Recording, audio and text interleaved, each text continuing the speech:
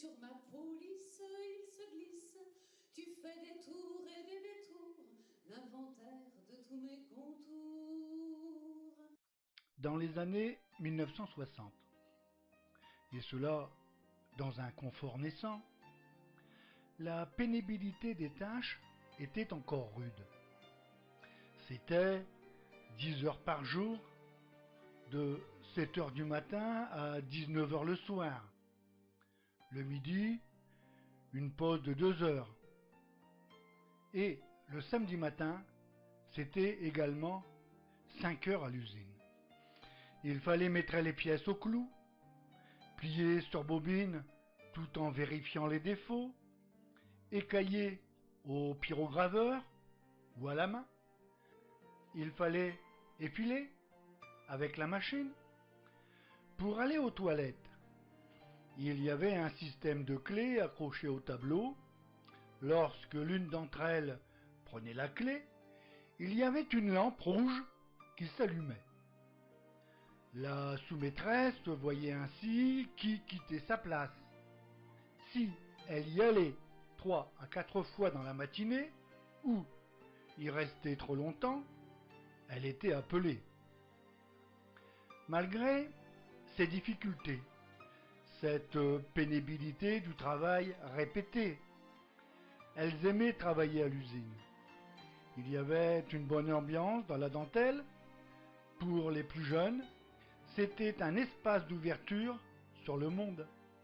Dentelle, belle dentelle, je fais dans la bagatelle. J'ai tes doigts qui se dégourdissent, sur ma police, ils se glissent.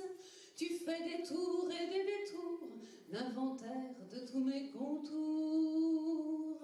Dentelle, fine dentelle, je fais dans la dentelle. Les tâches, aujourd'hui, sont pratiquement toujours les mêmes. Certes, les conditions de travail ont été améliorées. La machine a remplacé certaines fonctions, mais l'anoblissement reste l'anoblissement. Tout démarre à la dépose de la pièce du métier.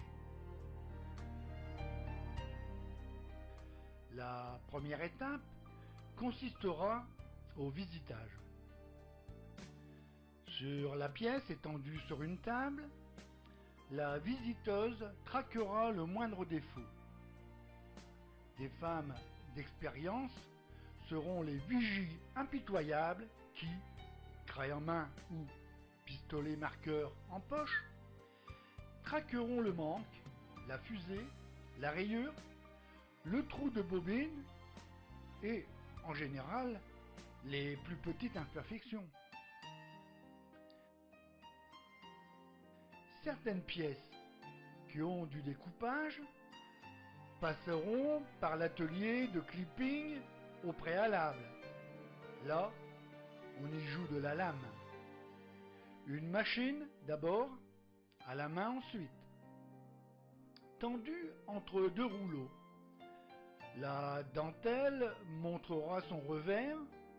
Les longs fils qui flottent d'un dessin à l'autre auront droit au coup de ciseau libérateur, puis la machine rasera.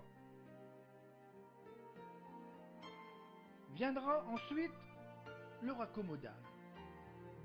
Pièce après pièce, c'est rompu de la machine à coudre, patiemment, avec délicatesse, suivront le dessin, feront disparaître les défauts, redessineront une lisière, rempliront une guimpe et, merveille des merveilles, reconstitueront le moindre défaut dans le fond.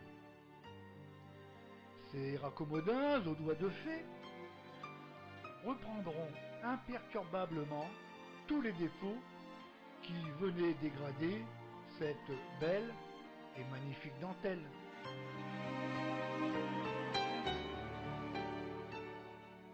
Arrivera l'étape du dégraffitage, de la teinture, de l'après et du cadrage. À la tombée du métier, cette dentelle frissonnante et pâle aura besoin de se faire une beauté. Après avoir passé dans différents bains, le coloriste lui donnera ses airs de noblesse. Dans son laboratoire, il préparera la recette de teinture qui, la mettra en couleur, lui donnera un aspect scintillant.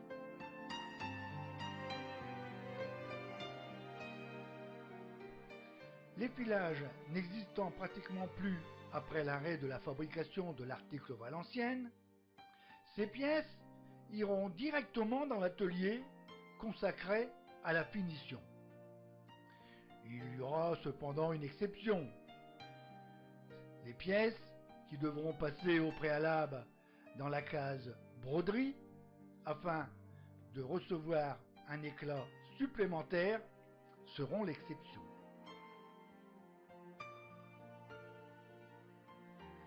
Dans l'atelier de finition, les ultimes retouches seront effectuées. Des mains expertes couperont les derniers bouts de fil qui dépassent, puis les écailleuses lisseront et guideront cette dentelle à se libérer de l'écaille. Minutieusement, elles écouteront de la paume de leurs mains ces motifs qui se délivrent et glissent dans l'écailleuse automatisée.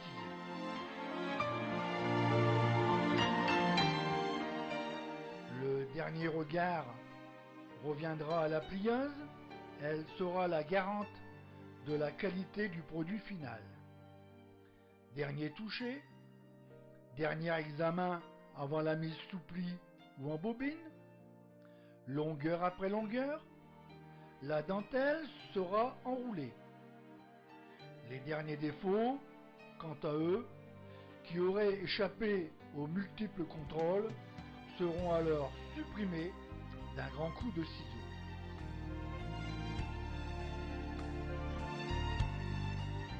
Tout cela se terminera à l'expédition pour le départ vers l'étranger.